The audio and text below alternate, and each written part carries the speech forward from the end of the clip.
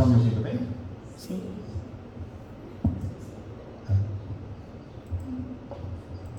Oi, tá melhor? Igual? Mesma coisa. Obrigado. Bom, pessoal, então, hoje eu trouxe esse tema aqui, estava ansioso para falar sobre esse tema, né? Que é sobre a ansiedade, né? Não sei se vocês são ansiosos, mas eu conheço muita gente ansiosa, né? Mas eu queria trazer uma reflexão, não somente na visão espírita, mas para a gente entender o que é de fato a ansiedade e de onde que ela vem. Porque a gente fala muito sobre ansiedade e tudo mais, toma remédio, etc. E uma coisa interessante, a gente desencarna ansioso, fica ansioso para reencarnar, fica ansioso para desencarnar.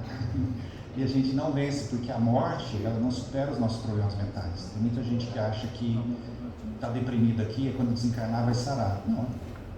Isso é uma doença do espírito. A ansiedade é uma doença do espírito. Então, independente do corpo, da vilegiatura carnal, do nosso processo, nós permanecemos ansiosos no mundo espiritual. É que dá um break lá, né? A gente chega lá, nossa, acabou, né? Aí o mentor fala, você vai voltar, e já fica ansioso, vou ter que voltar. E a gente já começa, por quê? Então a gente vai tentar entender, né, o que significa isso, tá? Bom, eu sou professor, né? Então minha palestra é quase no sentido, não que seja uma aula, mas é no estilo de aula, tá? Definição, né? Quem já sentiu ansiedade sabe isso, né? É um estado de angústia, preocupação, agitação, né?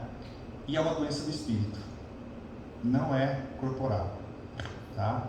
Não é algo que a gente pega, uma gripe e depois a gente sara, né? É um estado mental, como diz a Joana de Ângeles, nós somos herdeiros de nós mesmos, né? E a ansiedade, ela é porta de entrada para muitas outras doenças. Então, por exemplo, tá? Transtorno de ansiedade generalizada, que é uma ansiedade mais crônica, né? Porque ter ansiedade nós vamos ver normal, há um certo tipo de ansiedade. Então, por exemplo, o palestrante ele fica ansioso antes de fazer a palestra. Mas não é uma ansiedade que eu estou tremendo aqui, né, e estou tendo um ataque de pânico.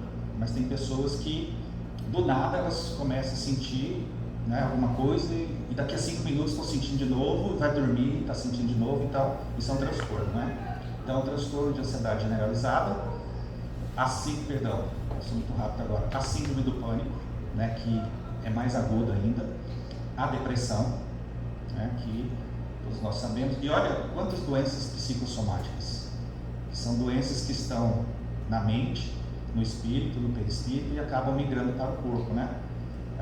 Então, por exemplo, a nossa mente está com excesso de preocupação, a gente pode ter dor no estômago, queimação, enjoo, gastrite, úlceras, diarreia, prisão de ventre, falta de ar, tensão muscular, contratura, coceira, alergia, doença de pele e por aí vai, né?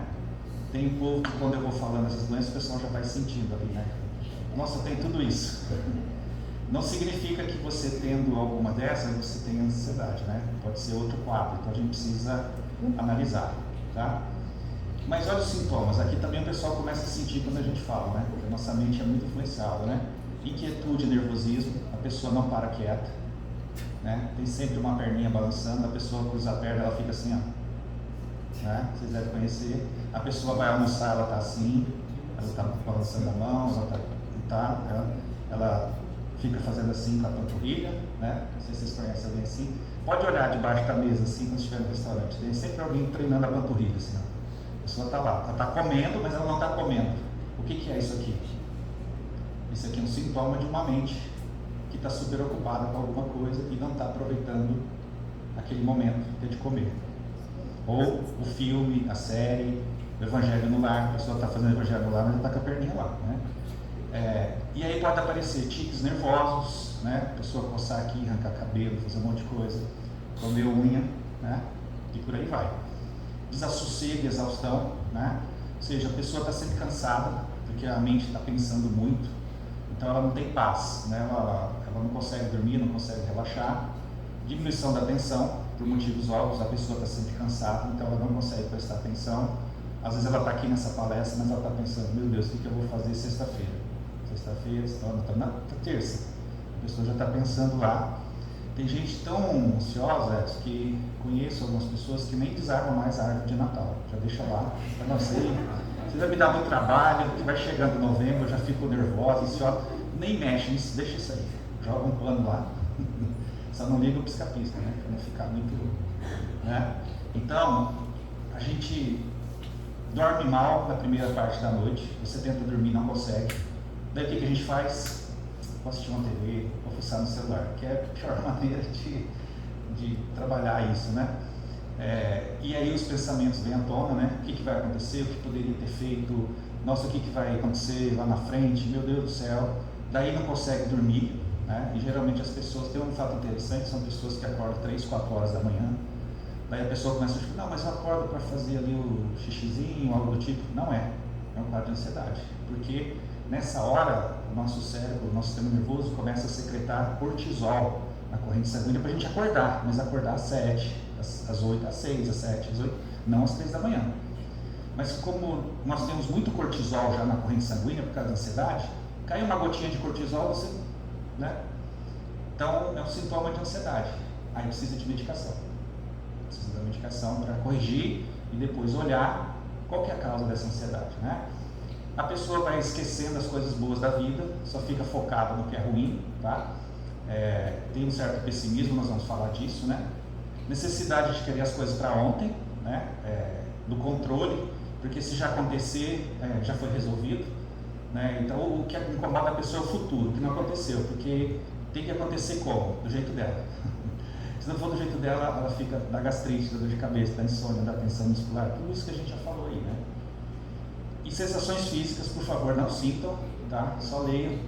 Taquicardia, pupila dilatada, mão gelada, pé gelado, né? Às vezes eu recebo palestrante no centro lá para dar palestra, você vai cumprimentar a pessoa, parece que a pessoa morreu, está com a mão geladíssima. O cara fala, estou um pouco ansiosa, está muito ansiosa.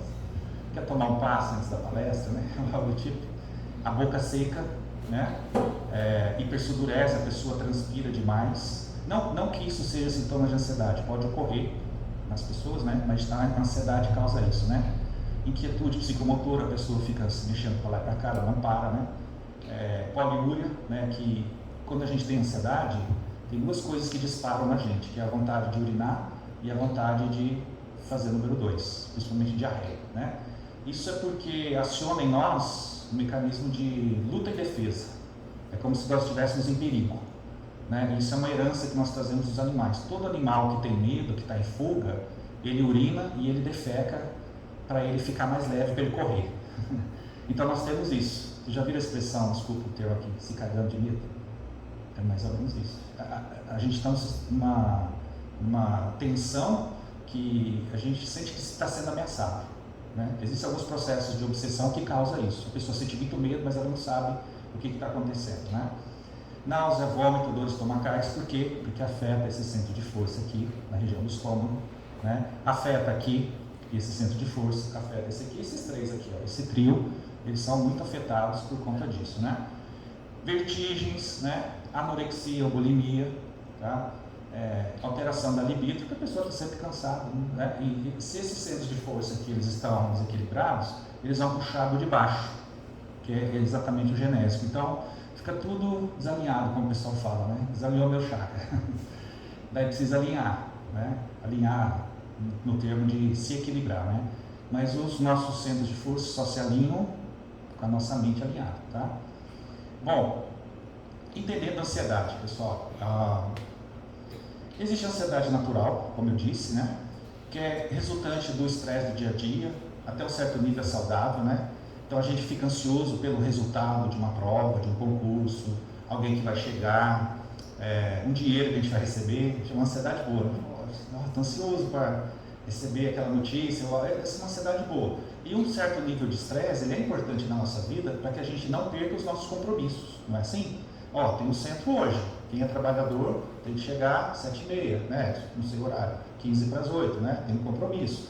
É um certo estresse que é bom para a gente manter, né? E tem a ansiedade doentia, que é aqui que é o problema, que quando nós estamos no excesso de preocupação e angústia, que aí vai gerar esgotamento mental, é sempre mental, o físico é a consequência, porque se a nossa mente não está boa, o nosso corpo não vai funcionar, tá? Então, é o pessimismo pelo futuro catastrófico, a gente começa a pensar no futuro muito ruim. Então, nosso foco na fala de hoje será sobre esse tipo de ansiedade, tá? doentia. Não vou falar da boa, porque o Espírito vai falar coisa ruim, vamos falar da ruim, que é para a gente consertar, tá? Bom, então veja, o Jung, né, que é o pai da psicologia analítica, ele vai dizer assim, ansiedade é uma tensão entre o que acontece o agora e o depois. A gente não consegue viver o agora e fica muito focado no depois, no que vai acontecer depois. Mas não é de um jeito bom, é de um jeito ruim. Então eu não vivo agora, eu estou preocupado, né, com o que vai acontecer daqui a pouco, né? O que eu vou fazer quando eu chegar em casa, se vai ter janta, o que vai passar na TV, amanhã o meu trabalho, as coisas que eu deixei do meu trabalho amanhã. Eu esqueço de viver e prestar atenção às vezes na palestra, né, ou algo do tipo. E por aí vai, né? Então a consequência é, o ansioso está sempre no futuro, tá? Mas um futuro pessimista, não é um futuro bom, não é um futuro assim, quando eu desencarnar, eu vou para a colônia, que coisa boa, né? Então eu vou fazer caridade, vou me transformar, vou tentar aproveitar o máximo possível isso aqui, vai ser muito bom. Assim, a pessoa está sempre pensando, nossa, tem um monte de conta para pagar, meu Deus, o que vai acontecer? Estou ficando velho, meu plano de saúde, e dói aqui, dói ali, né? E essa família, ninguém me ajuda. Daí, se a pessoa é mãe, avó, você vai concordar comigo, que eu espero. Concorde. Aí a pessoa fala, um dia eu vou sumir, aí vocês vão me dar valor, né? Daí a gente começa a falar sobre essas coisas, né? Então a gente pensa em tudo que vai dar errado e pensa também nas possíveis saídas. Olha que loucura, né? A gente pensa, mas se der errado isso, bom, se der errado isso, daí eu posso fazer isso e tal. Mas se der errado isso, daí eu posso fazer isso. Ela vai criando um algoritmo na cabeça dela. E o que aconteceu? Nada. Você percebe? Mas na mente dela está acontecendo. E o que acontece? Excesso de cortisol, excesso de adrenalina. E daí você não dorme, na noite você está lá assim, ó, tenso, você fala, mas por que eu estou tenso? Daí eu vou assistir o filme, aí você põe lá Rambo 3, que é um filme bem leve, não tem violência, né? Daí você, né? Tem um amigo meu que uma vez falou, nossa, minha esposa não quer mais que eu durma com ela. Eu falei, por quê? Porque eu estou assistindo aquele UFC, sabe, esse programa de briga. Daí ele sonha que está lutando e já dá cotovelada dela, empurra ela da cama, dormindo. Porque a gente visualiza aquelas coisas, né? Então veja, esse estado gera aquilo que nós podemos chamar de hemorragia energética. Esse é um termo que eu gosto muito, que o Richard Simonetti usava, eu achei muito perfeito isso.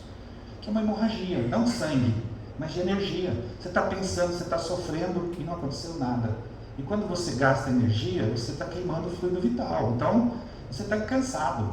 Daí o que acontece? Você não dorme, tem pesadelo, acorda de manhã cansado, você tem um monte de coisa para fazer, você não consegue fazer, você chega no final do dia, mais cansado, não consegue dormir, você percebe que chega uma hora que esse motor vai pifar, né? Por isso que a gente precisa do remédio uma hora, para dormir bem, para repousar, para aquietar um pouco a mente, ou seja, eu preciso realmente apagar, tá? Mas aí eu preciso da terapia também, nós vamos falar disso aqui no final. Então eu preciso da medicação e eu preciso da terapia. Se eu for espírita, um passe, água frutificada, palestra, doutrina, evangelho no lar, ajuda muito, tá? Yoga, meditação, academia, caminhada, também ajuda muito, tá? Nós vamos chegar lá. Então veja, o ansioso acumula para ele uma quantidade muito grande de vida não vivida, só sofrendo e se preocupando excessivamente com algo que ainda não aconteceu e pode nunca acontecer. Chico, ele tem uma frase que eu acho sensacional, ele fala assim, ainda hoje à noite os teus problemas podem ser solucionados, né? E isso é fantástico, às vezes a gente duvida disso, a gente está preocupado lá com o negócio, de repente chega uma notícia e fala, ó, não vai acontecer aquilo lá e tal. Estava sofrendo à toa? Né? Então a gente tem que aprender a lidar com isso. Qual que é uma consequência imediata de tudo isso? Sistema imunológico baixa sua resistência e adoecemos. Sabe aquele monte de doença que eu mostrei? A gente adoece. Doenças psicossomáticas, né? Qualquer coisa que você come dá o estômago, dá queimação, tem dor de cabeça, dá enjoo, dá vertigem, dá tontura e por aí vai. Começa a coçar, né? Enfim, a gente não dorme direito, daí a gente fica mais resfriado, a gente vai ficando doente, a gente vai adoecendo de várias formas, tá? Enfim, já assustei vocês? Mais ou menos. Então vamos entender a ansiedade, tá? Do ponto de vista evangélico, tá? Dificuldade de entrega e confiança em Deus, do ponto de vista religioso. Aí vocês vão ouvir muitas pessoas falarem, isso é falta de fé. Não é. Porque eu vou falar uma coisa que talvez deixe vocês estupefatos, assim, assustados. O espírita não sabe o que é fé. Não sabe. A gente tem que estudar muito, capítulo 19, e estudar outras coisas para a gente entender o que é fé. A gente acha que fé é ter confiança em Deus. Aí, o próprio espírita aqui, por exemplo, vocês têm medo da morte? Vocês têm medo da morte? Né? Sim ou não? Até a hora que você está no avião, lá o avião começa a cair, né? Isso já aconteceu comigo. Eu jurava de pé junto, eu sou espírita. Se eu morrer, não tem problema. Até que eu peguei um voo uma vez, estava nos Estados Unidos, e entrou no meio do furacão. Aí você pensava assim, olha o que eu pensava, falei assim, ninguém vai achar meu corpo aqui. Falei assim, como é que eu vou avisar minha mãe, o pessoal? Olha a ideia do louco, né? E aí começou a me dar crise de ansiedade. Comecei a sofrer dentro do avião. Aí você fala o quê? Para que eu quero descer. Não tem como, né? Daí é meio que um aviso assim, do mundo espiritual falando assim, olha, sabe essa fé que você fala, que você tem, que você prega para os outros? Você não tem. Trabalha nisso, né? Vocês sabem que vocês vão morrer, né? Não quero assustar vocês não, né? Quem quer ir para o céu aqui, para a colônia? Todo mundo, né? Quem quer ir agora? Não é? Pois é. Então a gente, apesar de ser espírita e saber muitas coisas, a gente não sabe como é que vai reagir diante de uma doença, da perda de um familiar. Por quê? Porque a gente ainda não tem essa fé como Jesus fala. E aqui vai um recado importante para a gente pensar, tá, pessoal? Tudo aquilo que está no Evangelho, guardem isso é muito importante para a gente não sofrer, tá? Para não ficar ansioso. Tudo aquilo que está no Evangelho, capítulo 1 ao capítulo 28, lá, tudo mais, é uma proposta ideal. A gente lê aquilo lá e nós somos meio soberbos. A gente lê aquilo lá e a gente quer fazer o que está lá. Você não vai dar conta de fazer. Algumas coisas você vai dar conta, mas você não vai dar conta de fazer tudo. Por quê? Porque o que está no Evangelho é um código ideal. Por que Jesus é o modelo? É para um dia chegarmos lá. Então eu acho muito ruim quando a pessoa fala assim, o que eu faria nessa situação, Paulo? E alguém fala assim, faça como Jesus. Eu falo, não fala isso, você vai traumatizar a pessoa. Porque você sabe o que Jesus faria, é o ideal. Mas o que é possível você fazer?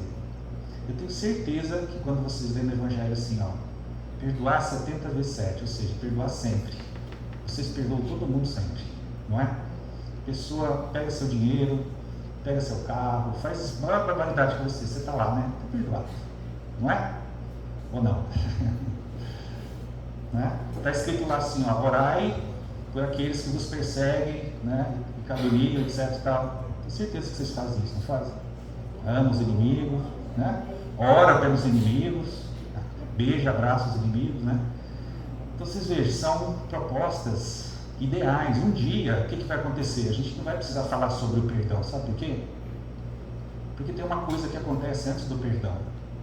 Veja se vocês concordam comigo.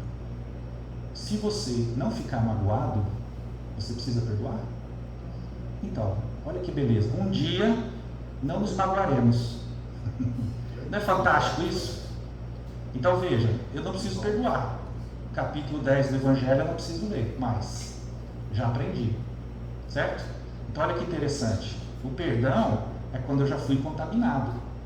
Mas a gente vai melhorando, vai entendendo. Um dia a gente, né, vai fazendo a profilaxia. Se alguém te ofende, o que o Emmanuel fala? Esquece e passa. Ninguém apaga o mal, criando um mal maior. Ou seja, se você pegou, você ficou com raiva, você ficou magoado, etc. Tal. Essa é uma temática para a gente falar do perdão em outro momento, né? Mas é entendendo que o que está lá no Evangelho, as coisas que estão sendo ditas lá, são coisas ideais, mas não quer dizer que nós daremos conta de fazer. Então veja, ó, dificuldade de entrega e confiança em Deus, fala sobre fé. A gente não sabe nem o que é fé direito, daí a gente quer se entregar. Vamos ver o que Jesus fala? Eu trouxe um texto longo aqui, tá, pessoal? Mas eu só vou ler alguns pedaços, tá bom? Ó, eu ponho o texto aqui, vocês tiram foto, algo do tipo, tá? Então ele fala assim, ó, por que você está preocupado com o que você vai vestir? Né? Por que você está preocupado com o que você vai comer? Tá? Ele não está sendo literal, ele está falando, olha, não fica muito preocupado com essas coisas, né? Aí ele fala assim, olha as aves do céu, não semeiam, não ceifam, né? Não amontoam dos celeiros, mas Deus tem o cuidado de cuidá-las, né?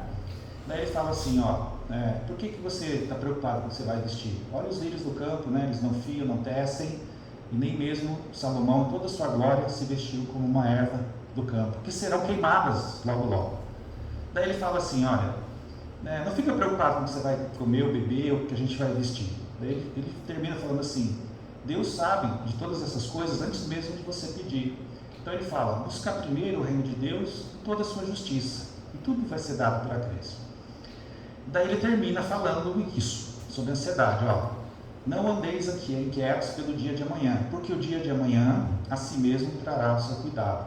A cada dia basta o seu mal ou a sua aflição. Então ele falando, confia, solta, né? Tranquilo, né? Não é? Então vamos pensar juntos. Conseguimos fazer isso? Conseguimos entender o que isso significa? Vocês percebem que é uma proposta ideal? É um dia, nós vamos treinar para que um dia nós sejamos desprendidos. Que a gente faça igual está no livro dos Espíritos lá. Eu tenho o necessário, o suficiente para viver, sem querer enriquecer, trabalhar demais, enlouquecer com dinheiro? A gente entende, né? Então veja, por que a gente não consegue fazer isso? Dificilmente nós vamos conseguir fazer isso se olharmos somente o contexto evangélico, porque é difícil, por isso que muita gente abandona a doutrina espírita. Faça igual Jesus fazia. Aí a pessoa fala, eu vou contra, né? Você quer ver uma palestra que espanta a gente do centro? Capítulo 17, o homem de bem. Aí a pessoa fica louca, o homem de bem é bom, não sei o quê, que ódio desse homem de bem, né? Porque ele é tudo que você não é. Daí Kardec fala assim, mas não é somente isso, ele continua. Tem mais, e não sei o que ele fala, meu Deus do céu, que ódio desse homem de bem, né? Por quê? Porque é o ideal, um dia nós chegaremos lá. Então, em que nível que eu estou? O que é possível fazer? É isso que a gente tem que pensar, né? Então veja, muitos acabam perdendo a confiança em Deus porque entendem que não estão sendo atendidos, ou seja, eu peço a Deus, Deus não me atende, eu peço aos Espíritos, não me atende. E não é isso, né? Porque o contexto evangélico é um contexto a ser conquistado. E nós estamos muito longe ainda desse contexto. Então a gente tem que entender que a gente pode ficar com raiva, a gente pode ficar triste, a gente pode ter medo, a gente pode ficar brigado com Deus, sim, mas tem que fazer as pazes logo, tá? Igual quando você briga com o marido, não fica muito tempo brigado não, porque tem que acertar logo isso, né? Então veja, se nós ficarmos presos somente no contexto evangélico, nós vamos ter muita dificuldade de resolver as nossas questões afetivas, tá? Por isso que é importante olhar o aspecto humano primeiro, porque antes de sermos espíritas, cristãos, nós somos o quê? Gente, seres biológicos, tá? Então, veja, vamos elaborar o seguinte pensamento sobre a nossa temática. Ansiedade é doença? O que vocês acham? Sim? Sim, né? Segundo o CID, o Código Internacional de Doenças, é uma doença. Mas vamos colocar outro olhar sobre isso, tá? Do ponto de vista espírita psicológico, é um sintoma. Olha que legal isso, da gente olhar. Só sente ansiedade quem está doente de uma coisa. Então a ansiedade, ela passa a ser um sintoma. E olha que interessante, é um sintoma que vai ter outros sintomas. Percebe? E esse sintoma grandão a gente chama de doença. Mas o pai da medicina, Hipócrates, diria assim, não existem doenças. Existem o quê? Doentes. Então quem é que está doente? Quem tem ansiedade. Quem é que tem ansiedade? Nós. O espírito. Então, quem é que está doente? Nós. A nossa mente. O espírito. Então, é um sintoma do quê? O que está por trás disso? A questão do símbolo. Vou explicar essa questão do símbolo. Quem já fez terapia já deve ter ouvido o terapeuta falar assim, faz sentido para vocês? Não é? É uma frase que a gente usa muito. Mas o que está por trás disso? Na Grécia Antiga, na Roma Antiga, existia um amuleto circular chamado cimbalom, que ele era bipartido, né? E esse cimbalom, naquela época não tinha cartório, né, para ter firma reconhecida, assinar, né? Então, por exemplo, se eu quisesse que o Edson falasse meu nome, Eu daria metade do cimbalom para ele e pegaria a outra metade e deixaria lá no fórum, lá na corte. Daí eu falaria assim, olha, vai vir o Edson aqui, como que ele é? Ah, ele é assim, não, tudo bem, mas ele vai estar com o cimbalom. Daí ele chegava lá e falava, vim falar em nome do Paulo. Daí ele pegava a metade dele, juntava com a outra e fez sentido. Uniu, conectou. É o cimbalom, né?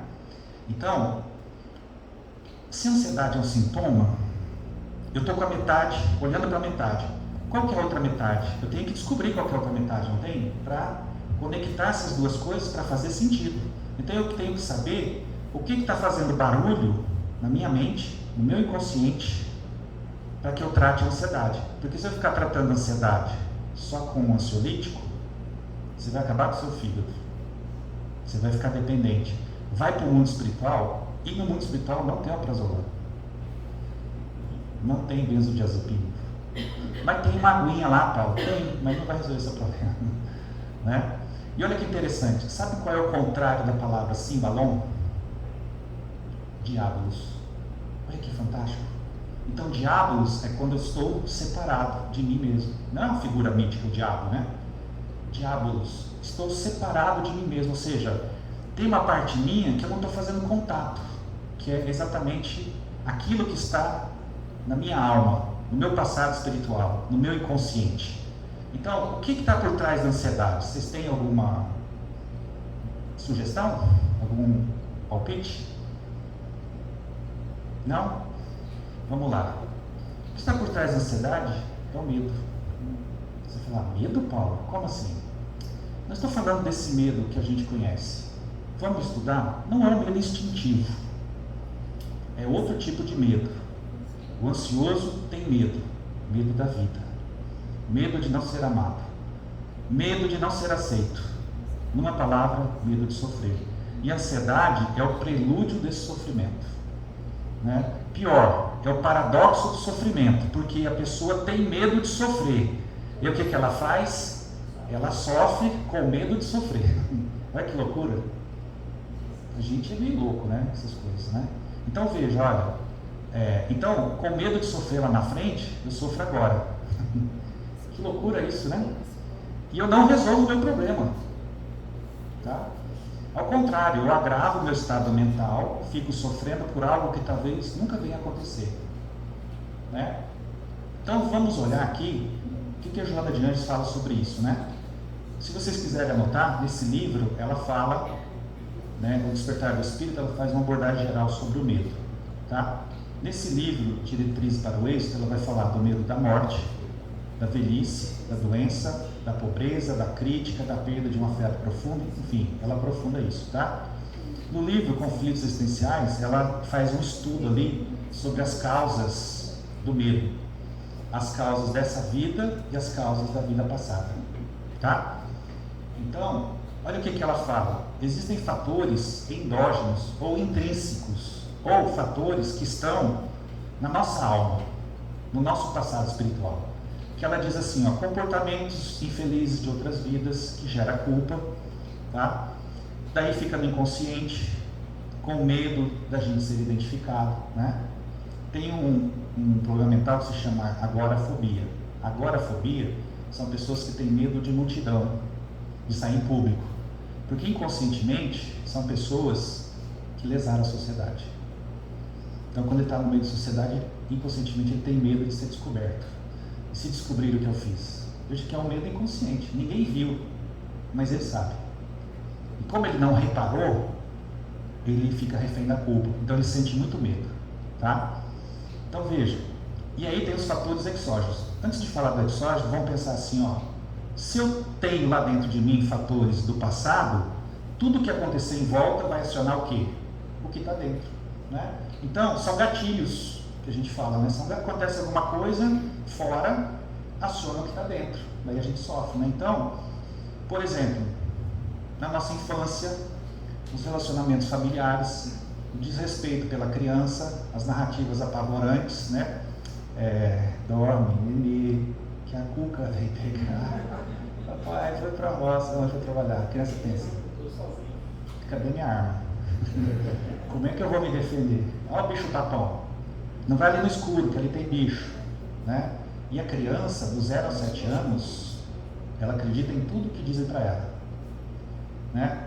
Veja Papai Noel, Coelhinho da Páscoa, não sei o que, não sei o que, não sei o que, não sei o que. Então, muitas crenças limitantes, por exemplo, você nunca vai ser nada na vida. Porque você não é igual ao seu irmão. Né? A sua voz me irrita. E por aí vai. Né? Pai, olha, tirei 10, não faz mais sua obrigação. Se não tirar uma nota boa, vai apanhar. Né? E por aí vai. Né? Você não faz nada certo. E por aí vai. Então isso vai traumatizando a criança. Agora vamos pensar. Nasceu na família errada? Essa criança precisa desse pai e dessa mãe. Como assim, Paulo?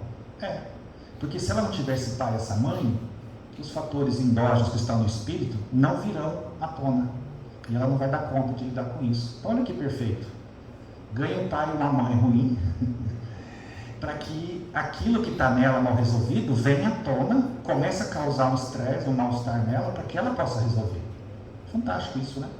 Porque se ela ganha um pai e uma mãe muito bom, ela está lá, de repente ela deprime, de repente ela enlouquece. Porque aquele conteúdo que está inconsciente não vai conseguir vir para fora. Então ela vai ter um AVC, né? Vai ter algum problema. Enfim, podemos falar disso noutra hora, né? Então veja, os dois grandes grupos do medo. Tá? Deixa eu acelerar um pouco, senão a gente atrasa um pouco. Primeiro grupo do medo, o que está relacionado ao instinto de sobrevivência. Esse não tem problema nenhum, porque esse é bom, né? É em favor da nossa preservação, para a gente parar, recuar, nos fazendo escolher pela alternativa de menor risco, né? Então, aquele que surge quando nós estamos sendo ameaçados de alguma maneira, você não vai sair na rua à meia-noite, que é perigoso, você bebeu, você não vai pegar o carro para dirigir na estrada, então você está com medo, né? Você está na beira do prédio, falou, opa, se ficar aqui eu vou cair. Então é esse medo instintivo, vem passando um carro, você, né, fala, se eu for, eu posso. Então esse medo, ele é bom. Quando você descobre que está com uma doença, você fala, eu preciso me curar, preciso. Então esse é um instinto de conservação que é bom, né? E ele é importante, é o medo que nos protege, é o medo instintivo, está lá, lei de conservação, que Kardec fala no Livro dos Espíritos, né?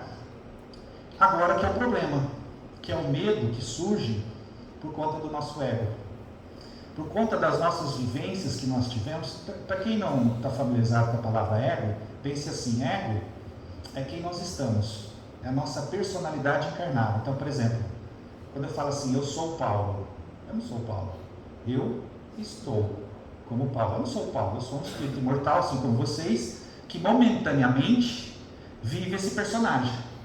E esse personagem, ele tem uma história, não tem? Um pai, uma mãe, uma infância, uma adolescência, etc, etc, etc. Então isso vai constituir a minha identidade provisória, que é o meu ego, né? Então o meu ego é tudo aquilo que faz com que quando eu acorde, eu me lembre quem eu sou, onde eu trabalho. Isso é o ego. O ego tem um papel importante. Mas qual que é o problema do ego? É que ele, muitas vezes, acha que sabe tudo, né? E ele esquece de ouvir a voz do Espírito. Parece uma coisa meio louca, né? Mas não é a mesma coisa? Não é. Por que vocês não lembram de outras vidas? Porque momentaneamente nós estamos em cativeiro, certo? Não podemos lembrar, senão a gente enlouquece. Não tem espaço para o nosso cérebro comportar muita informação, né? Mas quando você volta para o mundo espiritual, você lembra também, imediatamente? Não. Os próprios espíritos falam, eu queria ver o que eu fiz lá na época de Jesus. Melhor não. Vamos olhar a vida passada, que você já está bem encrencado, né? Porque senão a gente enlouquece. Então, o ego é esse movimento psíquico, digamos assim, essa estrutura psíquica, que é responsável por agirmos aqui enquanto estamos encarnados. Mas ele é dirigido por uma força maior, que é o inconsciente, ou a alma, ou o espírito, que tem uma sabedoria maior. E aí o que acontece? O ego, ele se perde às vezes. A gente reencarna, a gente quer ser famoso, a gente quer aplauso, a gente quer um monte de coisa, não quer sofrer, tá? Então veja, esse medo que vem é exatamente desse ego que não entende o sentido da vida, tá? É aquele medo que nós sentimos que não é real, tá? Mas que existe na mente da pessoa, que se sente ameaçada por algo que está inconsciente fazendo barulho, tá? Então, nesse grupo do ego adoecido, existe uma tentativa da gente se preservar. Existe uma tentativa da gente não sofrer, da gente não perder o nosso reinado, de descobrir que a gente é imperfeito. É interessante isso, né? Vou dar um exemplo, vocês vão entender, tá? Então, esse medo do ego, ele nos pega e realmente é como se a gente estivesse correndo o risco de vida, né? De vida não, de morte, né? Exemplos. Quando nós somos convidados a fazer uma prece em público, né? Às vezes lá no grupo de estudo eu falo assim, quem quer fazer a prece final? Aí o pessoal já... no celular. Aí eu falo, gente, é só uma prece. Né? Quando é online, então, a pessoa até desliga a câmera. Por quê? Medo. Do quê? Vocês têm ideia? Olha que interessante. Quando alguém é convidado a fazer uma palestra pública ou alguma atividade onde irá se expor, o que ela fala? Ah, mas eu sou novo na doutrina. Mas quanto tempo você frequenta aqui? Ah, acho que faz uns 20 anos. Né? Mas você não quer fazer uma palestra? Não, eu sou tímido. Né? E a timidez pode ser apenas orgulho enrustido. O que é isso? Né? E se descobrirem, Edson, que eu não sou tudo isso? E se descobrir que eu não sei fazer prece? Que a minha prece não é tão boa quanto daquela pessoa. Tem uma pessoa no centro espírita que ela faz uma prece que dá um ódio na gente, né? Senhor. E a pessoa fica e tal. Você fala, essa pessoa tinha que morrer, né? Porque você começa a se comparar. E às vezes até imitar. Tudo bem. Mas vocês percebem esse medo que ele não faz sentido? Aí você chama a pessoa para fazer uma palestra. A pessoa fala, mas eu não sei falar. Ué, aprende? Né? Vocês percebem? Toda vez que a gente vai se expor, a gente tem medo do quê? De descobrir que eu não sou tão bom assim, que eu posso falhar, né? O que vão pensar de mim, o que vão falar de mim. E isso tem uma causa, é aquela causa que nós falamos lá. Desde cedo falaram pra gente que você não era bom o bastante. Então você passa a vida inteira fazendo o quê? Tentando provar o seu valor. E você sofre muito com isso. E isso pode desenvolver na gente o perfeccionismo. No trabalho, na família, no centro espírita, em tudo. Né? Sabe aquela pessoa que tem a mesa toda arrumadinha, tudo bonitinho, a casa toda arrumadinha, a pessoa tem mania de limpeza, né? Você entrar na casa dela, você tem que tirar o sapato, então é tudo toque, porque a pessoa está com muita culpa, está com todo esse processo interno, e aí ela fica ansiosa. Eu não posso errar, porque se eu errar, o que vão pensar de mim? Então ela sempre está tentando provar o valor dela para alguém. Para quem que é? Às vezes é para o pai e para a mãe, inconsciente. Só que o que ela está fazendo? Ela está tentando fazer coisas fora para preencher onde? Dentro. E quando você bebe água salgada, você mata a sua sede? Entende por que a gente fica ansioso? Porque é um ciclo vicioso. Né? A gente não quer ter medo, mas morre de medo. Morre de medo de ter medo e não sai disso, né? E fica preso nisso. Então veja, isso vem do nosso histórico afetivo, né? Nessa vida, a nossa família, que tem vínculos lá atrás. Então o que acontece? Quando a pessoa cresce numa família onde os pais cobram excessivamente a criança, o indivíduo pode desenvolver o complexo de inferioridade, que gera culpa. Não devo ser tão bom, deve ter alguma coisa errada comigo. O que eu posso fazer para agradar o papai e a mamãe? Né? Então a criança tem medo, fica com raiva de não conseguir atingir o que se espera dela. Né? Daí ela vai virar o bonzinho. Todo centro espírita tem um bonzinho. Você fala para ele, você pode vir varrer o centro amanhã meia-noite? Posso, claro. Pode nada. Ele não quer. Mas se ele não for, o que vão pensar de mim? Né? Eu também preciso fazer uma moral, né, com a espiritualidade. Olha, tá vindo meia-noite aqui, varrer o centro, você dá um bônus hora aí. Então é o bonzinho, que é o medo de não ser amado. Então eu faço qualquer negócio para ser amado. Se eu fizer tudo para você, papai e mamãe, vocês me amam? A criança pensa assim, e ela cresce assim. Ela se torna adolescente assim, ela se torna adolescente assim, que vai fazer tudo para o outro para ser amado. E nunca será. Nunca será suficiente.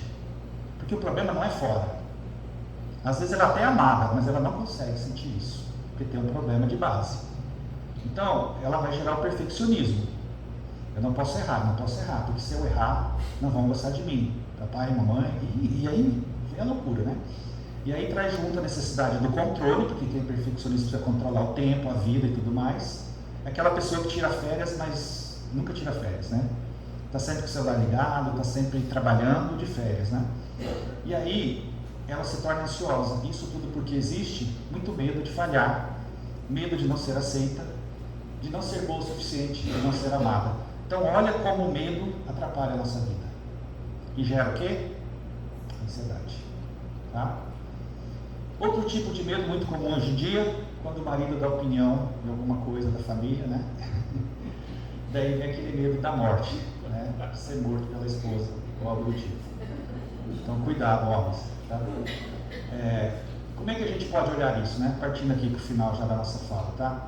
Então veja, quando o medo é impulsionado pelo instinto, ele é bom.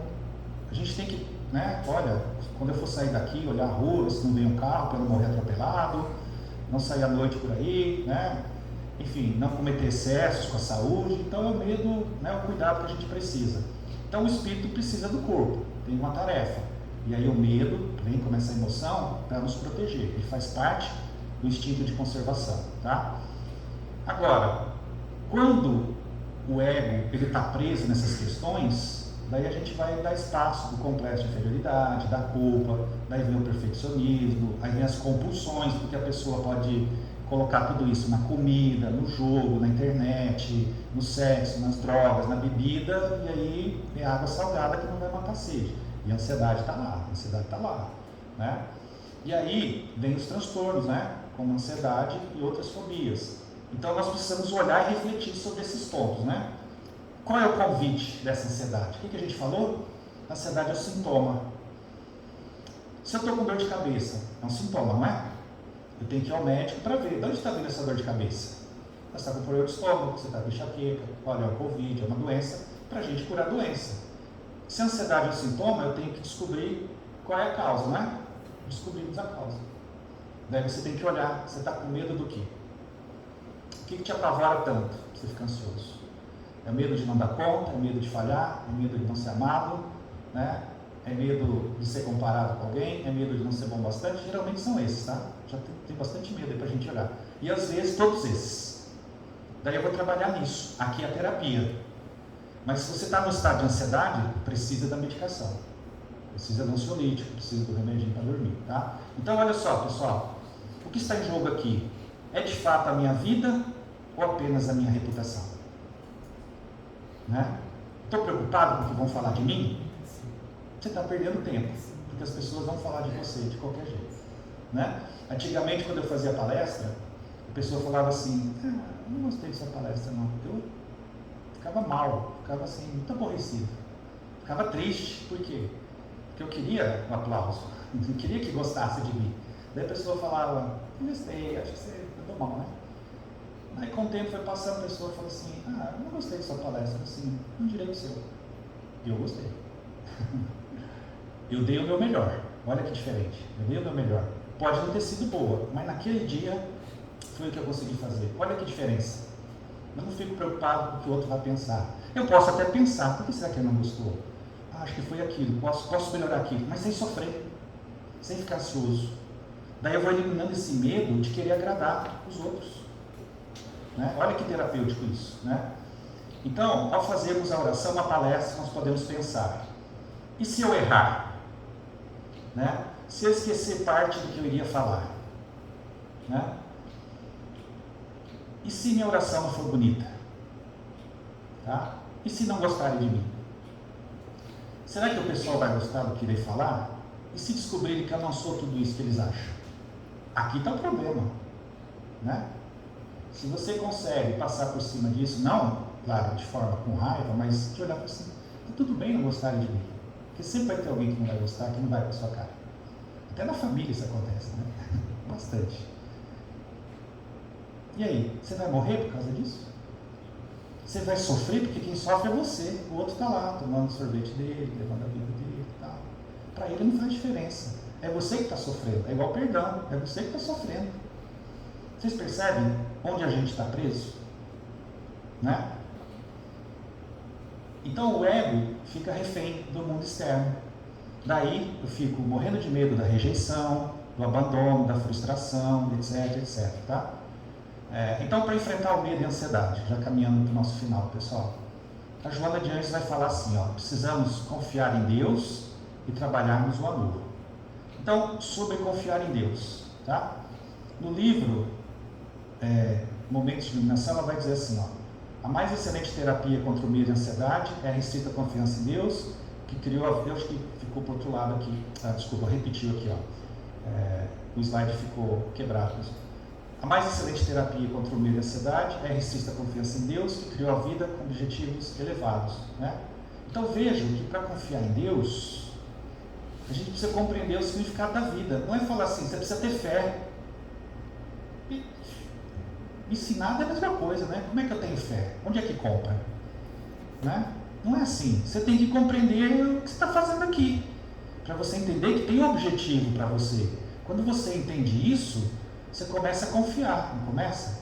Quando seu pai faz um projeto para você, assim, seu pai e sua mãe, você vai entrar nessa escola, no prézinho, você vai aprender inglês, francês, espanhol desde cedo, você não sofrer lá na frente.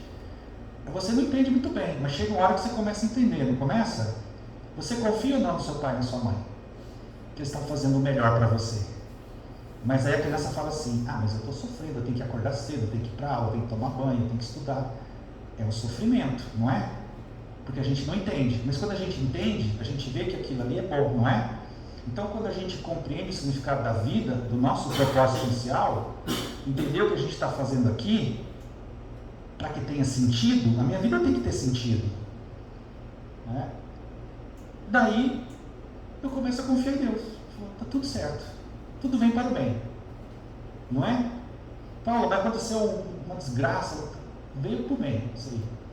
Como a Joana fala, no livro Psicologia da Gratidão. Você tem que agradecer pelo bem que chegou, pelo mal que não chegou e pelo mal que chegou. Porque se chegou o mal, você estava precisando. Está precisando ainda rever algumas coisas ali. Tá? Não que seja punição, aprendizado. Reeducação, tá? Então, fazendo isso, nós vamos desenvolvendo aos poucos essa fé em Deus, essa confiança em receber. Veja que a fé aqui é uma consequência. Não é algo que eu pego lá e falo, agora eu tenho fé. Né? O Espírito tem muito disso, né? A gente lê no Evangelho, ser orgulhoso é bom ou ruim? É ruim, né? O que é legal? Ser humilde. Eu leio lá que egoísmo é bom ou ruim? Questão 913. Ruim, né? O que é legal? Ser caridoso, altruísta. Então o que o Espírito fala? A partir de amanhã eu sou o quê? Humilde, altruísta. E vou internar na casa espírita e fazer caridade. Deixou de ser orgulhoso? Egoísta? Não. Daí vai para o mundo espiritual, orgulhoso, egoísta. E fala, mas gente, eu trabalhei tanto no centro espírita. Fora. Nunca olhou para dentro. Porque você não some com orgulho e egoísmo, acreditando que no outro dia você é humilde. Eu sou professor. Antes de ser professor, eu tinha uma profissão. Daí eu prestei concurso, no outro dia eu acordei, professor. Eu sabia dar aula? Não sabia. Fui aprendendo, aos poucos, né? Então, o Espírito tem esse problema. A gente lê o Evangelho e fala, tem que ser assim. Daí você começa a assumir um personagem. Leia o livro Voltei. Conhece o livro Voltei? Irmão Jacó? Frederico Filho. Está lá. Aconteceu isso com ele. Fez um monte de caridade, ajudou um monte de gente, chegou do mundo espiritual, mal, deprimido. Por quê? Ele fala, por que minha luz não brilha? Eu fiz tanta caridade. A caridade te dá mérito. A caridade te leva para a colônia. Te pula do ser do umbral. Pessoal, não sei se é bom pular umbral, tá? Vocês já pensaram que a maioria dos nossos amigos está onde? Está no umbral, então passa lá. E aí, meu povo, tudo bem? O pessoal do churrasco, o pessoal da sinuca, o pessoal do centro espírita. Nossa, vocês estão tudo aqui? Estou me sentindo mais em casa agora. Né? O Frederico Filho foi atendido pelo Bezerra, foi direto para a colônia. Mérito. Você tem o amparo, o auxílio dos bons espíritos. Mas você ter um pai bondoso, uma mãe bondosa, te faz bom? Quem tem que trabalhar a bondade em você? É você. E o Frederico Filho, ele não entendeu isso. Ele trabalhou muito fora, como a maioria dos espíritas faz. Que vai chegar mal do outro lado, tá? Não é o caso de vocês, tá? Mas o povo aí que eu conheço, tá? Sobre o amor, tá? Antes de falar do amor, vamos lembrar, amar a Deus, ao próximo, como? Como a ti mesmo. Você, refém da ansiedade, está se amando? Não está, né? O que você está fazendo para resolver isso? Toma remédio, exatamente. É bom tomar remédio, né? Eu quero apagar, eu quero dormir, eu quero ver isso. Não adianta, a gente não vai fugir disso, né? Ou seja, nós não vamos conseguir abraçar o amor sem trabalhar o amor primeiro em nós, tá? Então, para dar início ao alto amor, para superar esse medo, eu preciso me conhecer. Eu tenho que saber que a minha ansiedade está vindo do quê? Desse medo que está lá dentro, que às vezes eu nem sei que medo que é esse. Às vezes a gente não sabe, né? Fala, você sabia que você tem muito medo? Não, eu sou corajoso. Mas não é isso, né? Porque a coragem, apesar de ser uma virtude, ela não exclui o medo. A coragem é a gente ter lucidez perante o medo. Porque se você não tem medo, você está sendo insensato, concorda? Você sai aí, vou enfrentar aquele bandido, você toma um tiro na cara. Você vai para um espiritual como suicida. Ué, você não tinha que mexer lá. Você não sabia?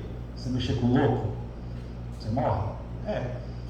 Então veja, né, a Joana vai falar isso, ó. Então o amor é o sentido, perdão, é o antídoto para superar o medo, tá?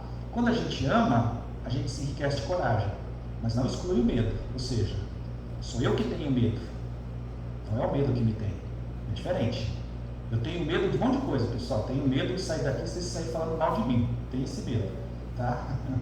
Tenho medo de vocês não gostarem da palestra. Tenho esse medo. Mas sou eu que tenho esse medo, não é ele que me tem, tá? Então, se o Edson me convidar para fazer outra palestra aqui, eu venho. Eu falo assim, estou com medo do pessoal não gostar de mim. Não, eu posso ter medo. Esse medo, ele é bom. É o estresse que nós falamos, né? Então, veja. Conclusões, pessoal. O passado é história, o futuro é mistério, e hoje é uma dádiva, por isso é chamado de presente. Esse é um provérbio chinês do filme filosófico Kung Fu Panda. Já assistiram? Muito bonitinho, né? Então uma hora o mestre dele fala isso para ele lá. É bem legal. E é isso mesmo, né? Ó, viveu hoje, o presente, sem medos. Não quer dizer que amanhã vocês vão acordar e falar assim, eu assisti uma palestra ontem, olha, não vou ter mais medo agora. Não é isso. Mas aí trabalhando isso ao longo dessa vida, ao longo da outra, porque são processos, tá? Isso aqui leva algumas vidas para a gente superar, tá? Então, a ansiedade é esse medo subjetivo de cada um, medo da vida, medo de amar, medo de se entregar, medo de não dar conta, medo de ser abandonado, de não ser amado, de não ser bom o suficiente. Numa palavra, medo de sofrer. Porque a gente não entende sofrimento, tá? Por isso estamos excessivamente preocupados com o futuro, tentando controlá-lo para não sofrer. E aí você sofre tentando fazer isso. E acabamos não vivendo hoje, sofrendo. Com medo de sofrer lá no futuro, sofremos aqui, no hoje.